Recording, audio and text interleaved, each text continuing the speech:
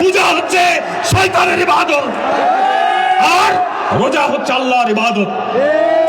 বন্ধুরা আমার, বলছেন বিষ্ণু, কৃষ্ণ, মোহাম্মদ, মুসা, ঈসা এরা সব নায়ের প্রতীক। তোবা নাউজুবিল্লাহ।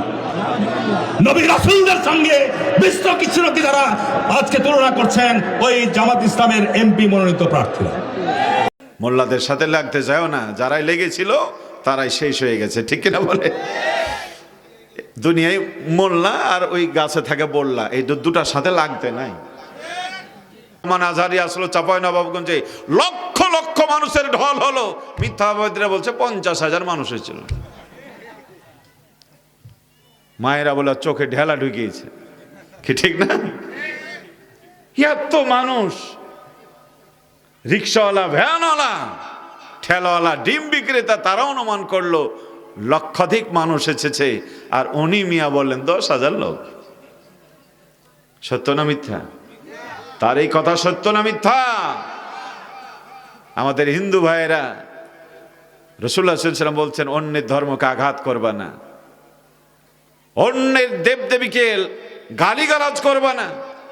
ইসলাম কত মানুষের জন্য কল্যাণকামী। হযরত ওমর তখন খলিফা, আমর ইবনে নাস তিনি মিশরের গভর্নর, সকালবেলা যাচ্ছে, রাস্তার মধ্যে জটলা, শত শত মানুষ জমা হয়েছে। আমর ইবনে নাস জিজ্ঞেস করে কি হয়েছে এখানে? তারা বলল যে আমাদের এখানে মানে যিশু খ্রিস্টের মূর্তি ছিল, কে বা কারা তার নাক ভেঙে দিয়েছে। তিনি বললেন কে নাক ভেঙেছে আপনারা বলতে পারেন? বাংবার কে? এই মোল্লারা, কি ঠিক না? দেশে যা কিছু হয় সব করে কে? মোল্লা। 10 তলা বিল্ডিং ফেললো কে? মোল্লারা। আর এই মোল্লাকে দোষ দিতে গিয়া কোটি জনতার জননেত্রী আজকে নেত্রীর গলায় রশি উঠতে যাচ্ছে, ঠিক কিনা বলি? মোল্লাদের সাথে লাগতে যাও না, যারাই লেগেছিল তারাই শেষ হয়ে গেছে, ঠিক কিনা বলে? দুনিয়ায় মোল্লা আর ওই গাছে থাকে বললা, এই দুটার সাথে লাগতে নাই। সম্মানিত ভাইরা, তো এখন সে বললো যে কি আর করবে। তিনি বললেন কোন মুসলমান ভেঙেছে প্রমাণ দিতে পারেন? যদি প্রমাণ দিতে পারেন উপযুক্ত বিচার আমি করে দেব। তারা বলল সব জানি না, মুসলমানরাই করেছে। আমর ইবনে আস বলল আমি যত টাকা লাগে তোমাদের মূর্তির নাক আমি পুনর্নির্মাণ করে দেব, মেরামত করে দেব। তারা বলল তা নয়, যদি আপনি চান আমরা মুহাম্মদ সাল্লাল্লাহু আলাইহি ওয়াসাল্লামের মূর্তি তৈরি করে তার নাক ভেঙে প্রতিশোধ গ্রহণ করব। পড়ি নাউজুবিল্লাহ। দুর্বলতাকে সুযোগ পেয়ে জালেমরা মাথায় ওঠার চেষ্টা করেছে। আমর ইবনে নাস বলেন খবরদার, যা বলো ছাড় বলবা না। বিশ্বনবীর সামনে এমন কথা বললে আমি আমাকে রক্ষা করতে পারবো না। তোমাদের মূর্তির নাক ভেঙেছে কেউ বলতে পারো না।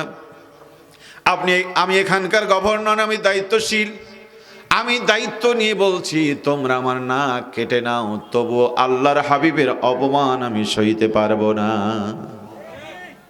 তারা চিন্তা করলো সুযোগ একটা এসেছে মোল্লার নাক কাটা, এই সুযোগ কি তারা হাতছাড়া করে? আমর ইবনে নাস নাক কাটবে, দূর থেকে এক যুবক দৌড় দিয়ে আসতেছে আর বলছে আমিরুল মুমিনিন একটু থামেন। হাজার মানুষের ভিড় উপেক্ষা করে তিনি আসলেন আর বলেন আমিরুল মুমিনিন, ও আমিরুল মুমিনিনের খলিফা, আপনার নাক কাটা লাগবে না। নাক যদি কাটতে হয় আমারটাই কাটুক, কারণ সকালবেলা এই মূর্তির নাক আমি ভেঙেছি। তিনি আশ্চর্য হলো, তুমি নাক ভেঙেছো? তুমি কি রাসূলুল্লাহ সাল্লাল্লাহু আলাইহি ওয়াসাল্লামের ওই বাণী জানো না? মুসলিম অধ্যুষিত দেশে অমুসলিমরা মুসলমানদের আমানত। সে বলল শোনেন আগে, তারপরে বলেন। সকালবেলায় যাচ্ছিলাম, মাথার উপরে পাখি বসা ছিল। আমার ধারণা হলো এই পাখি যদি পায়খানা করে, হোক না তাদের দেবদেবী, তারা তো তাকে বিশ্বাস করে, তার নাকে লাগতে পারে, মুখে লাগতে পারে। এই জন্য আমি একটা তীর মারলাম, কিন্তু তীরটা লক্ষ্যভ্রষ্ট হয়ে পাখিকে না লেগে নাকে লেগেছে, নাকটা ভেঙে গেছে। ব্যস্ততার কারণে আমি দাঁড়াতে পারিনি, ভাঙা অংশটুকু নিয়ে এসেছি, আমারে যে সাজা দেওয়ার দিতে পারেন। উপস্থিত সমস্ত কাফিররা, মূর্তি পূজকরা আমির ইবনে নাস রাদিয়াল্লাহু তাআলা আনহুর কাছে বলল, গো আমিরুল মুমিনিনের খলিফা, প্রতিনিধি আমর ইবনে নাস ইসলামের বিরোধিতা করেছিলাম, আগে থেকে জানতাম ইসলাম সার্বজনীন, সবার কল্যাণে। আজকে চোখে দেখলাম মুসলমানরা শুধু নিজেদের রবকে নয়, অন্য ধর্মকেও সম্মান করতে জানে। আজকে আমাদের ভুল ভেঙে গেছে। আপনি আমিরুল মুমিনের কাছে নিয়ে আমাদের কালমা পড়ে আপনাদের দলের কর্মী বানায় নেন। আল্লাহু আকবার। যেই জায়গায় নাক ভাঙলে আমিরুল নাস বলছে আমার নাক কাটো, অন্য ধর্মের সম্মান দিয়েছে। আজকে সেই ধর্মীয় ভাইদের অনুমতিতে আঘাত সৃষ্টি করে তাদের ইবাদতকে শয়তানের ইবাদতের সাথে তুলনা করে, যারা জাতির সাথে গাদ্দারি করছে তারা। ঠিক কিনা বলেন? সম্মানিত ভাইয়েরা আমার, আল্লাহকে ভয় করো, সত্যবাদীদের সাথে হও। এইটা করলে কি হবে? কোরআন বলছে ওয়াইন তাসবিরু ওয়া তাত্তাকু লা ইয়াদুররুকুম কাইদুহুম শাইয়া। আল্লাহকে ভয় করে ধৈর্য ধারণ যদি তোমরা করতে পারো, তোমাদের বিরুদ্ধে যারা ষড়যন্ত্র করছে আমি আল্লাহ তাদের ষড়যন্ত্রকে ছিন্ন করে তোমাদেরকে আমি বিজয় করে দেব। ইউসুফ আলাইহিস সালামের বিরুদ্ধে ষড়যন্ত্র ছিল না? কারা করেছিল? অন্য লোকেরা, আপন ভাইয়েরা। কি ষড়যন্ত্র!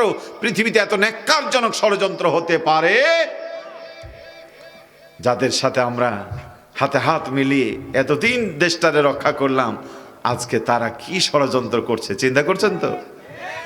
কথায় আছে ঘরের দুশমন বিভীষণ, না কি যেন এটা বলে না? হ্যাঁ, প্রিয় ভাইয়েরা, ভাই ভাইয়ের শত্রু করে। এটা কেন জানেন? ইউসুফ আলাইহিস সালাম একটু এগিয়ে যাচ্ছে, একটু এগিয়ে যাচ্ছে, মানুষ ভালোবাসছে, বাবা তারা ভালোবাসছে, এই ভালোবাসা ভাইদের সহ্য হয় নাই। ঠিক কিনা বলেন? বাংলাদেশে এই দুর্বল সংগঠন দিনের দায়ীদেরকে লোকেরা যখন ভালোবেসে বুকে টানছে, আজকে জালেমদের সহ্য হয় না। হাজার ষড়যন্ত্র করে এই ভালোবাসার ওপরে তারা মিথ্যা প্রলেপ দিতে চাচ্ছে। ঠিক কিনা বলেন? লাভ হবে না। ঠিক কিনা বলেন?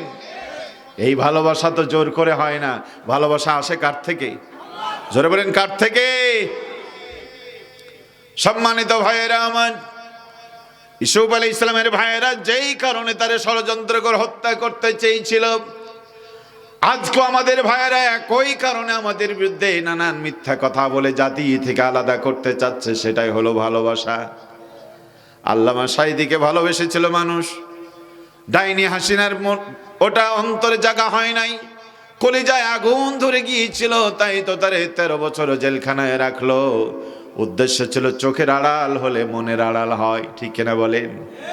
13 বছর লোকটারে দেখতে দিল না, মায়াবী কণ্ঠের কোরআন কাউকে শুনতে দিল না, সে লোক মারা গেল। জানা যায় এমন মানুষ হলো পৃথিবীর ইতিহাসে এত মানুষ কারো জানা যায় হয় নাই। সেই মানুষের ফাঁসির রায় হয়েছিল। ওই দিন হাজার হাজার লক্ষ লক্ষ নারী পুরুষ আবাল বৃদ্ধ বনিতা রাজপথে নেমে এসে 1.5 শতাধিক মানুষ জীবন দিয়ে প্রমাণ করেছিল, মারতে যদি হয় আমাদের মারো, আল্লাহর দিনের দায়ী আল্লামাকে আমরা মারতে দেব না। 17 বছর জোর করে দেশ চালালে, 5 বছর আগে চালিয়ে 22 বছরের রাষ্ট্র চালিয়েছ। বাবা দেশ স্বাধীন করেছিল, স্বাধীন দেশের প্রথম প্রেসিডেন্টের মেয়ে তুমি। জনপ্রিয়তা কম হওয়ার কথা নয়, এত জনপ্রিয় নেত্রী, ফাঁসির অর্ডার হয়েছে সারা বাংলাদেশে, একজন তোমার জন্য বুক পেতে দাদুদের কথা মুখ খোলে নাই। ওই টানছি, অপেক্ষা করো, জাতি তোমার এই অন্যায়ের প্রতিশোধমূলক দুনিয়ার বিচারটা দেখে আনন্দ করবে। ঠিক কিনা বলেন? আমরা প্রসিকিউশনকে ধন্যবাদ জানাই, বর্তমান গভর্নমেন্টকে ধন্যবাদ জানাই, তারা একটা খুনির বিচার তারা করতে পেরেছে। পড়েন আল্লাহু আকবার। অন্যদিকে আমরা আজকে বলতে চাই, সারা বাংলাদেশে হাজার হাজার খুনের সাথে যার হাত মিলিয়ে আছে, এই দেশের সেনা কর্মকর্তা হত্যার সাথে যার হাত জড়িয়ে আছে, এমন খুনি সন্ত্রাসীদেরকে আমাদের ভাইয়েরা বলছে ক্ষমতা আসলে তোমাদের মাফ করে দেওয়া হবে। খুনিদের মাফ করে জাতির সামনে বেঈমানি করতে চায় যারা, জাতির চিনে রাখা দরকার। ঠিক কিনা বলো? খুনিদের সাথে সম্পর্ক কি মিয়া? ঠিক কিনা বলেন? প্রিয় ভাই, কথা বুঝতে হবে। 3 চিল্লা দিয়ে মুরব্বী বাড়ি আসছে, ইশারের নামাজ পড়ে খাওয়া দাওয়া করে একটু ঘুমায় তাহাজ্জুদের নামাজ পড়তে যাচ্ছে। রাত তখন বাজে 1টা, সেদিন ছিল চাঁদনি রাত। মসজিদে যাওয়ার সময় পাশে দেখে এক ডাবের গাছ, পাড়ার ছেলে নান্টু মিয়া সেই ডাবের গাছে ওঠার চেষ্টা করে। শীতের রাত, কপাল ঘেমে গেছে। চাচা জিজ্ঞেস করলো কি ব্যাপার, কপাল ঘেমে গেছে, এতক্ষণ ধরে চেষ্টা করছে। বলে ঘন্টা খানিক হয়ে গেল চাচা। তাই নাকি, উঠতে পারছো না? বলে না, আমি কিছু করব। বলে হ্যাঁ, একটু যদি খালি যদি একটু ধাক্কা দিয়ে দিতেন। চাচার মনে দয়া লাগলো, আস্তে করে ধাক্কা দিল। কিন্তু খুব নরম দিলের মানুষ। আচ্ছা বলেন তো, এই গাছ তো তার বাপের গাছ নাকি? আপনারা বুঝলেন কি করে? ও রাতে এসেছে, ঠিক না? গাছ যদি তার বাপের হয়, রাতে আসার দরকার কি? দিনই আসবে।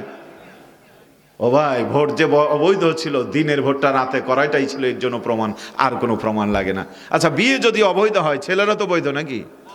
বলো না, বিয়ে যদি অবৈধ হয়, ছেলে বৈধ হয়? বিয়ে অবৈধ মানে ছেলে অবৈধ, মেয়ে অবৈধ, পুরো সংসারটা অবৈধ, ঠিক কিনা বলেন? যে নির্বাচন বৈধ ছিল না, অবৈধ নির্বাচনে এসে যা করেছে সব অবৈধ। এমন অবৈধদেরকে বৈধতা দেয় যারা, তারাও অবৈধ। তোমাদের রুচি দেখে আমাদের আজকে কষ্ট লাগে।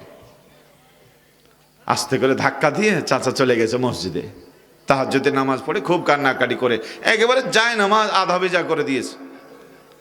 ফজর পর্যন্ত অপেক্ষা করে আজান হলো, নামাজ পড়ে সবাই চলে গেল। চাচা আসলো না, আরো জিকির আজকার ওজিফা করে চাস্তের নামাজ, ইশরাকের নামাজ পড়ে চাচা বাড়ি আসছে। আপনারা বলেন তো, এই চাচার আমলে কোনো গুনাহ টুনা হবে?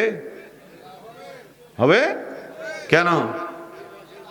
ও তো ডাবের পানি খায়নি, খেয়েছে গো। কি করেছে? অন্যায় করছিল একজন, সহযোগিতা করেছে চাচা মুরব্বী, 3 চিল্লা সাথী। তাহাজ্জুদের নামাজে চোখের পানি ফেলে যায়, নামাজ অর্ধেক ভিজায় ফেলেছে। আপনার বিবেক যদি বলে ওই চাচাও ডাব পাড়ার অপরাধী হবে, তওবা করে না মরলে কিয়ামতের দিন ওই ডাব চোরের সাথে তাকে উঠতে হবে। রে ভাই, দেশে যত অন্যায় হয়েছে, যত লুটপাট হয়েছে, যত হচ্ছে, কিসের কারণে? আপনি আমি তাদের পাশে দাঁড়িয়েছি, তাই তো, ঠিক কিনা বলেন? আপনি যদি তাদেরকে সহযোগিতা দিয়ে এই চেয়ারে না বসাতেন, এই কাজ তারা করতে পারত। এই জন্য কোরআন বলছে, খবরদার, আল্লাহকে ভয় করো, সত্যবাদীদের সাথী হও। তুমি ভালো মানুষ আমি জানি, কিন্তু মিথ্যাবাদীদের সাথে তোমার যদি সম্পর্ক থাকে, আমি আল্লাহ মিথ্যাবাদীদের সাথে তোরে হাসরে উঠাবো।